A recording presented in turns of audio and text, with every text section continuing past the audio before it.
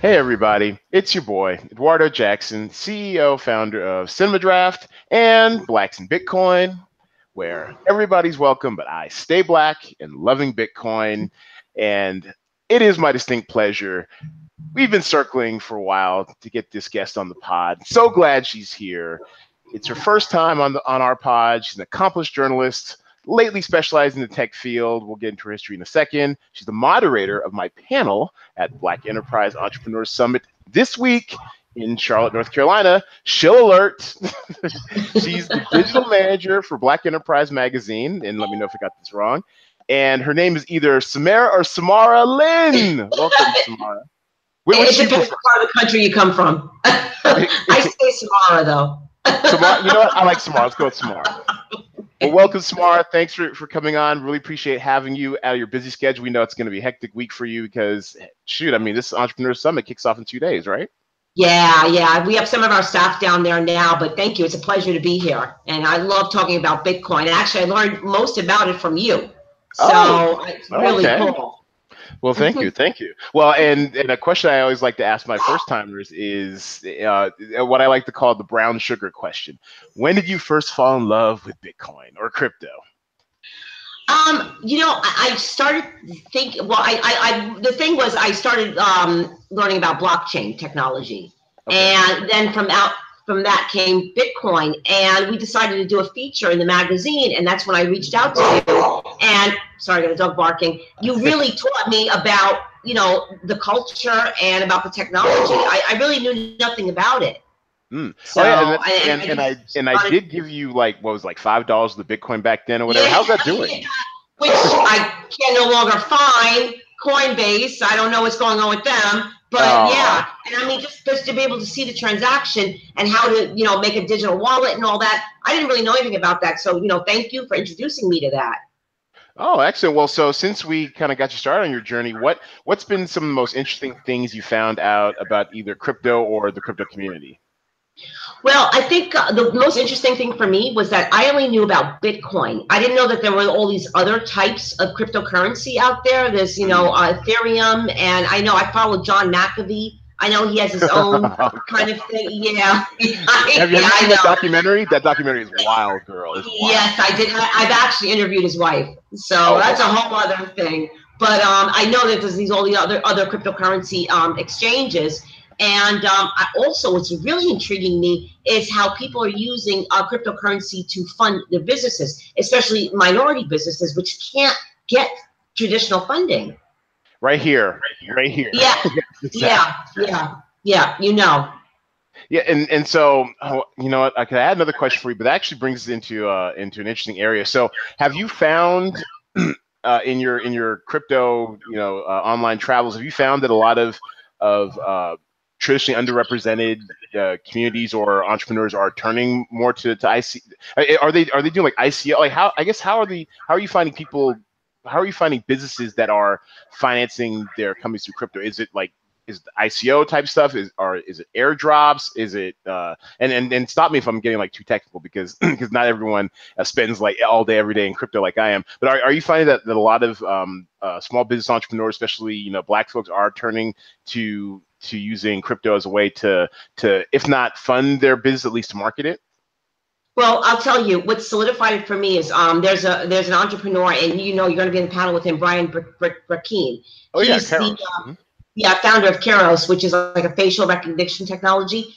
He's a stand-up brother. He's for real. He's got a solid business. And when he went to the ICO funding model, I'm like, this is the real deal. Because Brian knows his, SHIT. I don't know if I can curse, but he knows. Yes. We're all adults here. He knows his shit. Yeah. Okay. And when he did that, I said, okay, well, if Brian is tapping into this is something for real. And I was skeptical about it. I'm like, how can people just, put their money and their finances into this digital currency? But no, it's a real thing, and it is absolutely could be a sea change for Black businesses and for funding. And I so believe in this technology for us. Wow, and I love hearing someone else outside of myself evangelize this. When was our interview? Like a year ago, 2 years ago, maybe. But I mean, I've been in the wilderness for a while. Yeah, I started. You were early, you're a pioneer. I have much respect for you because you're a pioneer in this. Well, semi-early adopter. I mean, I kind of lay out my little story on blacksandbitcoin.com, but basically I first heard about it, when I saw like an episode of The Good Wife, and I just thought they kind of made it up, so I didn't really pay attention to it. So this is like 2012, and then like around 2013, when I was working for Upworthy, it all really kind of made sense. So I'm just really excited to see that. And then I started blacksandbitcoin.com in 2014 just to try to get more of our people in here, because one thing I really do believe is that we have and this is like my tagline, you'll hear it all weekend when I'm out there, but we have a once in a generation chance to create generational wealth. I really believe that. I agree with you. I'm very excited to see you and Black Enterprise, magazine I've always held in large esteem throughout my upbringing. I'm really excited to see you guys actually giving a little spotlight to Bitcoin. All right, what's been the response, I guess, to potential convention goers, conventioneers about this panel? Have you heard anything on the streets? Yeah, people are really excited, and I think people are surprised that we're taking on this topic. The standard thing when you hear about Black Enterprise is, oh yeah, my grandpa had that as his magazine. Everybody says that, but actually, it's really a new Black Enterprise. We're very tech focused. We spotlight some of the most up and coming tech entrepreneurs of color that no one else has. And Bitcoin is a big part of that. And the funding, the ICOs, that's a big part of that. So, we are adapting to the new technology and some of the new topics in our community. And people are really excited about this panel. They want to know more. They want to know about investing. They want to know how they can get, involved in this. Can we fit it all in an hour? Like, or will there be like, a hard stop at like 1:15 Eastern? Or yeah, they're going to try to make us fit it all in an hour as much as I would like to go over. But the great thing is we have a lot of networking opportunities so that people there can speak to you and the other experts on the panel, and can meet you. And it's just a very organic, wonderful event. Yes, Charlotte, I'll be around answering all your burning crypto questions. Also, still available for funding. Holla at your boy, Cubes. Holla at your boy. Byron Allen, I know someone who knows you. Let's make this happen. You and me, baby. All right, anyways. Yeah, Byron Allen there, Mark Cuban. So it's a good chance to brush up your pitch skills. Man, yes, let me bring some extra business cards. So real quick, give us the lowdown on your background. Like, how did you even get to where you are now? And yeah, give us the Samara Lynn. I was born a nerd, so I love tech, I love comics, I love sci-fi, I love all that stuff. Yeah, and once I did that, I became an IT person. I worked with computers for years. Then I got an opportunity to write about computers, and I'm like, oh my gosh, this is great. I don't have to fix anything. I just write about it. And I worked for PC Magazine, which is another legacy brand. I worked there for like half a decade, and then came to Black Enterprise. And, the fact that I can infuse tech with doing things that support our community is a dream come true. Oh, wow. Excellent. And it sounds like you're a native New Yorker, perhaps? Can you tell by my accent? Hey, although I don't sound like it, I really don't claim it. I'm Seattle all day, every day. I'm a son of the 206, we say. I was born in New York. Most of my family's in New York, so I can appreciate a good tri-state accent. You can hear it. So aside from like ICOs and businesses, so what do you see as like the future of crypto generally, and then maybe even specifically, what do you think will be like the future of crypto for Black people?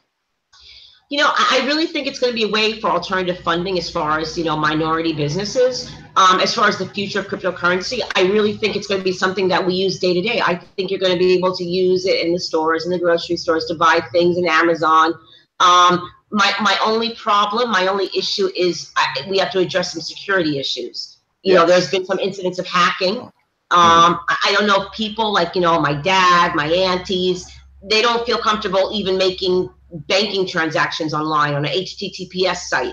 How are you going to get them to go over to crypto? I don't know, but I do think if we can address the cybersecurity issues, it can really take off as a form of, a free independent currency. Well, and it's interesting you mentioned that because I was, I think now, oh wow, this is like 3 years ago now. I was interviewed for an article in the Atlantic. Guy named, I think his name Kyle Howard, something like that. And he actually, one of his questions kind of took me by surprise, was basically like, how can we, what are the major obstacles for getting African Americans into crypto. And I, on the spots kind of thought about it, and there's been a very well established history of bank fraud, redlining, just Right. major distrust, for institutional discrimination with our community and banks. And I guess what I said, or something to the effect that I said in the interview, was that a lot of us believe in cash, like we're real big cash savers, and we just need to figure out a way to show them that this is not only just the new cash, but it'll be even better than cash to an extent if you use certain cryptocurrencies, and just kind of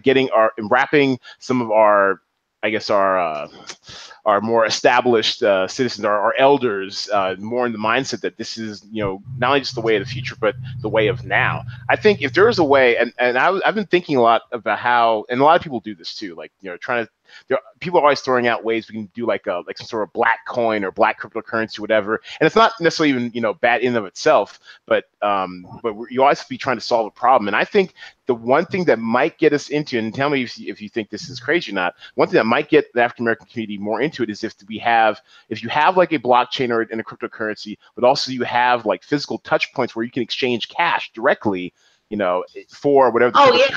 Like a local Bitcoins, but more, maybe narrowly targeted. I think that might be, the way to kind of get more of our skeptical people in there.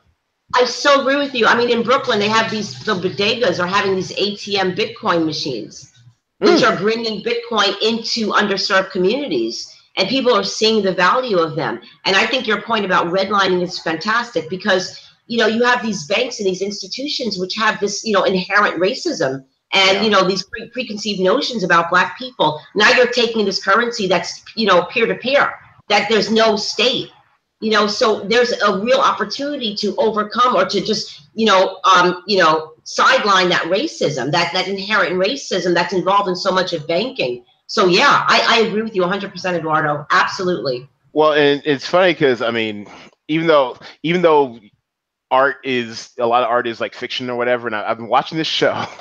I mentioned this on the last podcast, which I'm sure you haven't heard, but I go on about this show. I'm watching this show on Sony's Crackle, which I know is a bit of an industry joke, but no, they've got like some good shows with it. I just found this out. I have it on my Roku. Yep. Oh, okay. So have you heard of the show called Startup?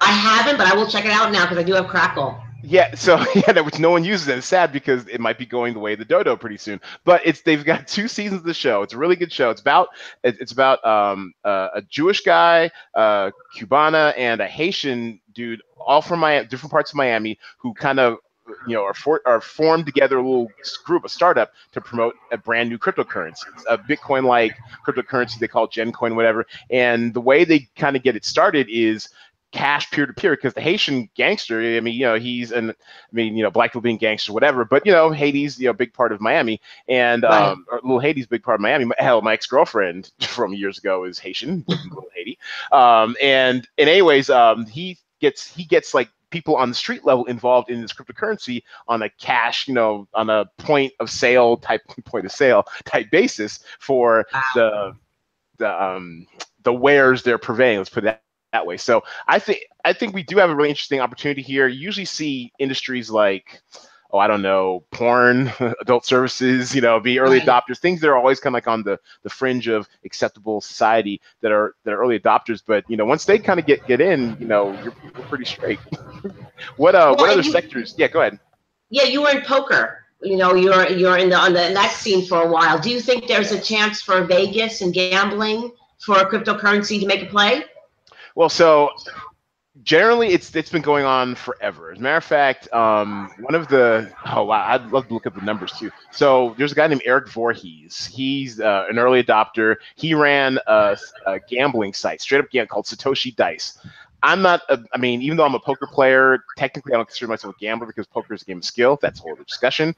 But do you play poker, Samara? Badly. Oh, okay. Well, we can go heads up. I can teach you a few tips to make you dominate your home game when we're in Charlotte. Anyways, he had a site called Satoshi Dice, and it was, I mean, it's the stupidest things. Like you press a button, they roll, you know, they go through a random number generator, and based on the results, you win or you lose. This guy made like a lot of, and it was all cryptocurrency. It was like online, you had to buy Bitcoin to play or whatever, and people were just pissing away their digital dollars at the time. And I think back then, you know, Bitcoin was still really cheap, but he ended up selling it, and I can't remember to whom he sold it, but he sold it for, at the time, seemed like an ungodly sum of money. It was like $12 million in Bitcoin back in 2014. So that thing probably has him like half a billionaire by now. Just those that what he made off that, and he's invested in other stuff. I think he might even, you know, I'm not gonna talk out of school, but he's invested in a lot of different cryptocurrency type stuff. So gambling's been the forefront of this stuff. I actually used to work with a nascent poker site called Infinity Poker, and a guy out of Canada, he was trying to bring Bitcoin based poker to the United States, and they just kind of ran out of money. But yeah, we've been on it for a while, and now with the recent Supreme Court ruling, it's going to be interesting to see this space get crowded with real competitors. I mean, as it is now, you can already go play on a lot of different sites on with cryptocurrency. But it'll be interesting to see legally how that changes the landscape. What do you think about some of the cutting edge sectors that might be diving headfirst into cryptocurrency? What have you heard? Well, like you said, some of the more on the fringe sectors, gambling, porn. But we're also seeing, like I mentioned, these businesses that can't get funding, using it for crowdfunding, for ICO. So I think it's going to be used as a big crowdfunding platform. Do you think? Do you think that there will be a consistent? Well, actually, I'm not even sure how many years you guys have had the Black Enterprise Entrepreneur Summit, but do you think that cryptocurrency will play an ongoing role, like either a panel or like a whole section of panels where you guys discuss cryptocurrency in the future? Definitely. Not even just an Entrepreneur Summit, but our Tech Connect conference, which, I hope you can be a part of too, that we have, which is like the biggest conference of everyone in color in technology in Silicon Valley. It comes together in October. We're moving it to San Francisco next year. We have it in Burlingame currently. But yeah, I think because we're such a business and finance focused magazine, and because everything and media company, because everything is turning to digital, yes, it's going to be a huge focus for us. And I'm glad you mentioned that, because when I have an article on blacksbitcoin.com, I think it's the most popular article, where basically it says why you're not too late. It's never too late to get into Bitcoin. And one of my main sticking points is that there is over 350 trillion with a T, and this is another refrain you're going to hear all weekend long from me. There's $350 trillion with a T of currency, equities and assets, and real estate globally, worldwide, and all of that is going to be put on a blockchain. It's going to be digital. Wow. And so when you think about where the market is right now, we're not even at $500 billion in cryptocurrency market. I mean, I think we got up as high as like 750 billion, total tracked cryptocurrencies. But generally, we're just starting out. We got a long way to go, and the earlier you can get in, the better. When people say, "Oh, Bitcoin's too expensive," I missed it. I mean, when I got in at $88 at May 2013, I thought I'd missed it. It was at $50 just a couple months before. We're just getting started. Getting started. So that's why I'm really excited to see you guys giving us the time and offering a spotlight at the BE Entrepreneur Summit. Thank you. And speaking of hard chill mode, what are you looking forward to most, outside of our panel, of course, at the Black Enterprise Entrepreneur Summit in Charlotte? The thing with Entrepreneur Summit, this will be my third one. I've been in Black Enterprise about almost 3 years now, and Black Enterprise has been around for like 40 years. So I think what I most look forward to is educating our community about how you can start a business, how you can get funding. And our mantra is really financial education. That you spoke about generational wealth. That is what Black Enterprise has always been about. Not about, buying the expensive purchases or, trying to front, but really building a good foundation of wealth. And I am really looking forward to our panel, because I think it's a great new way to introduce African Americans, Black people around the world, how they can build that generational wealth. And it's just going to be an amazing panel. Okay, excellent. And how do you? Moderating. No, because you're moderating. We're the pimps to your Gladys Knight. We're the pimps to your Gladys Knight. All right. And And real briefly, I mean, Charlotte, North Carolina. I've been only once, maybe twice. Anything about Charlotte you're looking forward to doing when you're out? Yeah, they're a real really down with like supporting Black business. The mayor, the Black woman mayor. They have the Chamber of Commerce. They're just an amazingly supportive city. So we couldn't have a better partner. Yeah, and actually, I think there's a woman who runs like an incubator out there, Sherelle. Somebody, she has like a. Yeah, is she coming to Black Enterprise? I'd actually like to meet her. She usually always comes to our summits. She probably should be there. And yeah, she's a phenomenal young woman. I think I do Sherelle Dorsey. Sherelle Dorsey, exactly. Yeah, and she's amazing. Somehow I got onto her email list, the plug, and I think I get it like once a week, and it's great. And then I found that she's from Seattle. I'm like, whoa! I mean, Cheryl's one of our partners. So we try to be a supportive community, you know. Yeah, and because it just hit me too. I mean, I'm very compartmentalized. I can't think more than a couple days ahead, so I'm still not even in Charlotte mode yet. But I just heard me like, wow, Sherelle's gonna be out there. She might be there. That'd be cool. Yep. Yeah, I'm looking forward to meeting her. And me personally, because it's been years since I've been to Charlotte, I'm looking forward to some good old fashioned Bojangles. Right. Those seasoned fries, girl. Yeah. I'm a simple man, simple taste. But we're gonna wrap it up because we know you're a very busy lady, very busy week ahead of you. Anything you have to push, anything you want to plug, a new article you're working on or something, or just something? No, just really want to encourage everybody, in addition to your wonderful podcast, to learn more about Bitcoin, just to come to blackenterprise.com. You know, we're all about the generational wealth and, you know, supporting Black businesses and Black professionals. And, you know, I just really want people to know this is not your grandfather's Black enterprise. It's a new, modernized, digital Black enterprise. So blackenterprise.com. Damn straight, damn Skippy, and still a career goal one day to be on the cover. Fingers crossed. Yeah. We'll talk. Thank you. Yes, we will talk. Thanks everybody for tuning into the Blacks in Bitcoin podcast. If you want to support the podcast, easiest way is to give it a 5-star rating on iTunes and share it with your friends, and share it on social media. Also, you can get yourself a Coinbase account. Hopefully they won't lose it like they did with Samara Lynn's. But if you buy $10 of Bitcoin or actually any cryptocurrency on Coinbase using my referral link, they'll give you an additional $10 and I'll get $10. So it's a win-win. Feel free to tip me on my blockchain wallet listed below. Visit our Blacks in Bitcoin store where you can get a nice, snazzy t-shirt, of which I'm not wearing today because it's laundry day. But we have great Blacks in Bitcoin swag for you on the site. Thanks once again, Samara Lynn. Looking forward to being on stage with you in 4 days' time, 3 days' time? Yep. Charlotte, North Carolina. And everybody, thanks for listening. And if you love Bitcoin, hodl if you hear me. Peace.